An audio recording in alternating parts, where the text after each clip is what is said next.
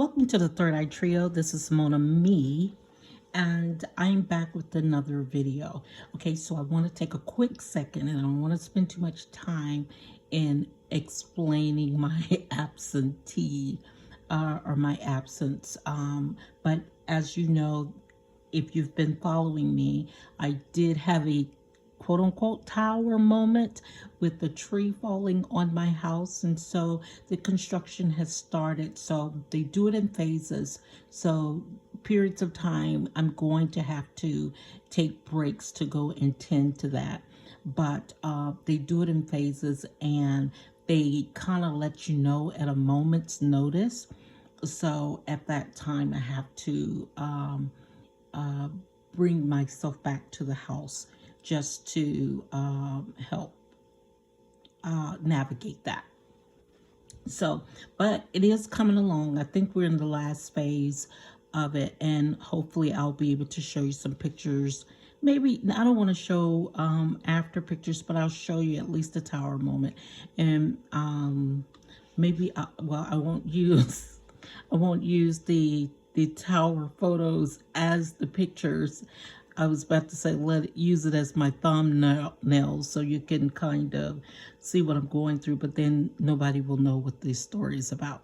So this is a spiritual gift reading that I was asked to do, but it wasn't for a particular person. It was actually, a request to do more spiritual readings throughout the month of March. I haven't been able to get back to it because I've also been doing personal readings on the side.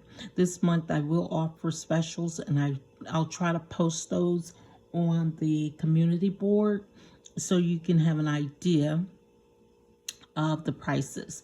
I was going to go with two different types of readings, but I think I'm going to just choose one because of it takes a lot out of you. And actually I was pretty overwhelmed in February and this first part of March with the requests. So what I'm going to do is do this spiritual reading. I've already pulled my cards, and we are at the 240 mark now, but I'm not going to go specifically for each sign, but I'll go back and do that one. But I want to get this one because I didn't ask Spirit to give me anything on any particular sign. So this is for the collective, a general spiritual gift. If it resonates with you, it resonates with you. If it doesn't, don't force yourself into the reading. So I kept getting this, and it's so funny that I found this because I have been saying I am who he says I am. And so somebody is feeling this. And so, I probably have been telling people this. I am who he says I am. And so just know that you are, it's not so much important as to what people call you or say about you. It's more important as to what you answer to. So, but I am who he says I am, and whoever your higher source is, that's who you answer to. And what he says you are, that's what you are. But who he says you are, not what your people that are on the same level as you are. I used to tell my daughters, they would say, when I would tell them something, they would have the audacity to say, no, but I'm just going to do a random name, so don't be looking up my daughter's friend's name. So they'll say, no, but Sasha said this. And I said, And how old is Sasha? And how much experience has she had? And she's your age, probably may have had more experience than you on this issue, but far less than I have either experience or knowledge about this issue. So she knows about as much as you do. So you didn't even have to ask her. You need to ask somebody who's had some been there, done that. But but you are who he says you are. And whether that is you are enough, you are free, you're complete, you are his, you are a child of God, you are saved, you are a new creation, you are a warrior, you're wonderfully made, you're chosen, you are loved, you are forgiven, you are a friend, you are known. And there's scripture with every one of those identifications or qualifications of who you are. And if you're interested in me doing a video on that, I will just put the request, drop it down in the comments. Okay, so this reading was a spiritual gift reading. And so I always say, when people question who you are or your spiritual gift, this is what you tell them.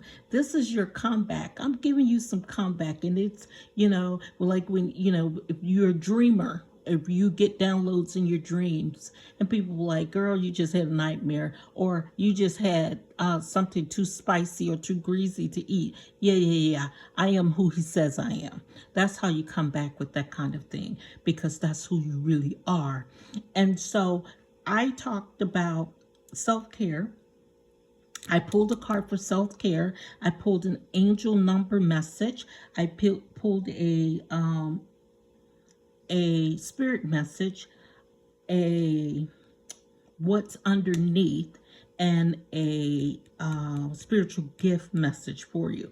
And then I always try to look at the bottom of the deck to make sure that I'm on the right track when I'm talking about whatever I'm talking about or whatever the reading is about. So the spiritual gift that came out this particular time is spiritual writer. So maybe your spirit is telling you that you are a spiritual writer. So you're being called to explore sharing knowledge, insight, and wisdom through written words to bring clarity and healing. And so maybe this is the type of spiritual gift message that I will probably give you, because I'm going to give you some insight on what that actually means.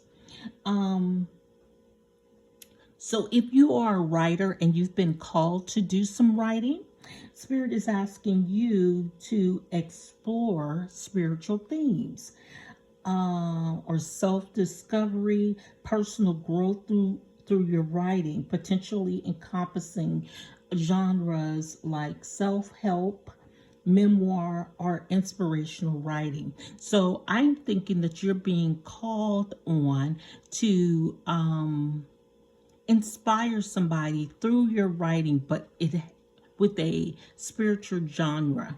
Now, with the way that this world is now, it's bringing a lot of concern to a lot of people.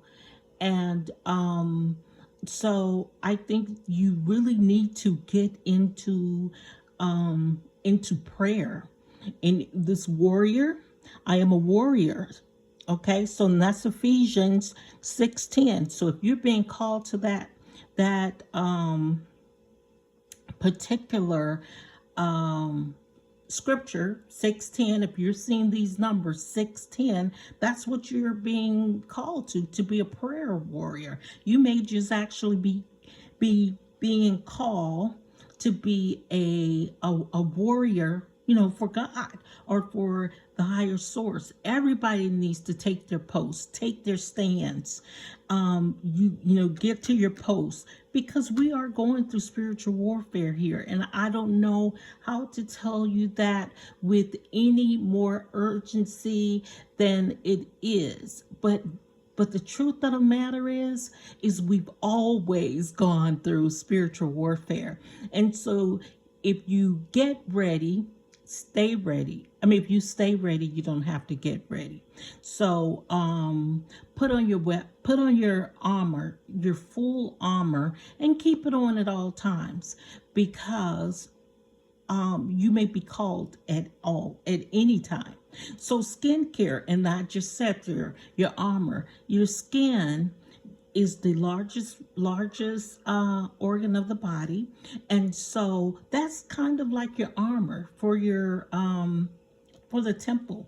The temple is your skin, so you need to start taking care of the skin, and sometimes you take care of that skin inside out. Of course, you need to start taking care of the armor and making sure the armor is ready for battle in whatever post you need to be in. So make sure that you're doing that.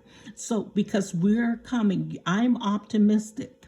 And 555, it talks about change. And so stay optimistic. Spirit wants you to stay optimistic about this, but stay ready. Stay ready. And when I see this, I'm thinking, I am who he says I am. Stay optimistic, even if people tell you something differently. Even in your spiritual writing, if people tell you, oh, you don't know anything about that, or you've done too much to start writing spiritual writings or doing spiritual genres, nobody knows you like the Father. And if the Father has called you to write, to preach, to practice, to move in a certain way, be obedient in that. Don't worry about what other people are telling you as far as you're not worthy of that. You know, they may not be worthy, or they may not think they're worthy of whatever they're being called to do. But who is worthy? But when God calls you, you answer. You better answer. So 555, a major shift is about to come into your life. I just said that. A major shift is about to come into your life experience and change your path's direction. Be open and stay positive. Be open to it. Just like I said, when God calls you, you are ready to answer. And I don't want to get on my, get up to the, on my soap opera here, my soapbox, is that what it's called? But this is the thing. Something is about to happen in your life that is going to change the course. You're going to be going up midstream and everything is going to turn back around. And so whatever it is, whatever he's calling you to do, if you got to stop on a dime and turn that thing around, you're going to have to do that. You got to be obedient in this if God is telling you. Because if you're noticing, this is your spirit messages, if you are noticing changes within yourself, it's because you are leaving the old the old version of yourself behind. You are elevating and shedding unnecessary layers. Old cycles are ending and new beginnings are on the horizon. You deserve this new chapter, and you already know it. I already know the tea. That card comes out. You already know that this is coming to you because you have gotten, look at here, you have the gift of discernment. You are being called to exercise your good judgment so you can help heal and manifest through awareness and wisdom. So you already know it because of your discernment. And this was at the bottom of that deck. Now, keeping a promise. Now, with the spiritual writing or with all of this, this is a promise that you have made with spirit at some point. So whatever your purpose is, and that's your calling, whatever your purpose is, you're going to have to keep that promise. And spirit is going to keep the promise that he made with you as well. So you may be feeling somewhat confused by the events that are unfolding around you. So that's about this confusion, this shift, because this may not, and I didn't know what I was gonna say when I started doing this video, but or this reading. So but I talked in the beginning before I'm looking at the cards. Of course, I pull the cards, but I don't necessarily look at the cards until I'm getting ready to do the reading. So you are feeling somewhat confused by the events that are unfolding around you and the various seemingly contradictory information that is coming your way. I just said that. I said that in the beginning, that this is going to be new for you. You may not feel deserving. People around you may not think that you're deserving of this gift, of this opportunity, of this calling, but it's none of their business. They don't get a vote.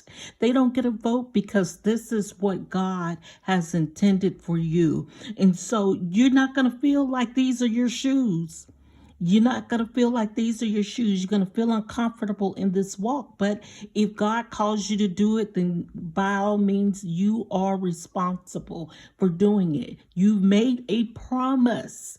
You made a promise. So you're going to keep your promise. And you see this coming from up above. You're going to keep this promise, and you are and God's going to keep his promise. The Spirit is going to keep his promise. Same difference. Trust your instincts. Trust your instincts. Trust your discernments. Trust your instincts and do what they're telling you to do, and you will learn a lot about yourself and the direction you want your life to take. So you may not be comfortable in where you are now. You may not be comfortable in that. Sometimes we just adapt.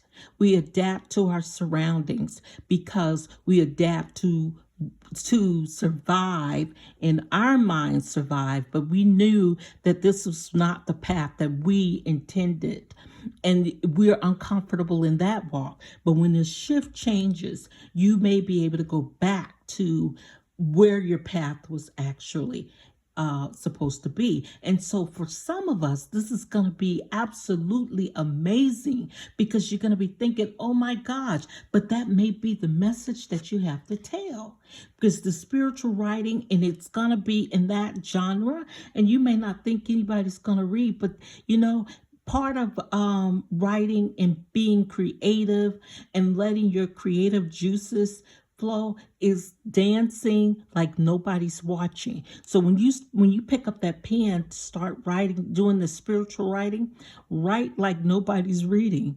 and if you build it, they will come. They will come. And so I feel this is very exciting for you, but you are ingenious. And this is a 10 here, which is a 1. And so I'm thinking from that this calling was from the one.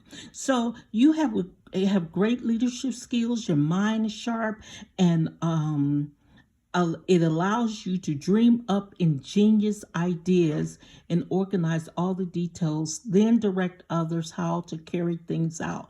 I am ingenious. And so pay very close attention to your dreams. Pay very, and I said play, so I don't know what that means. You may be writing a play, but pay very close attention to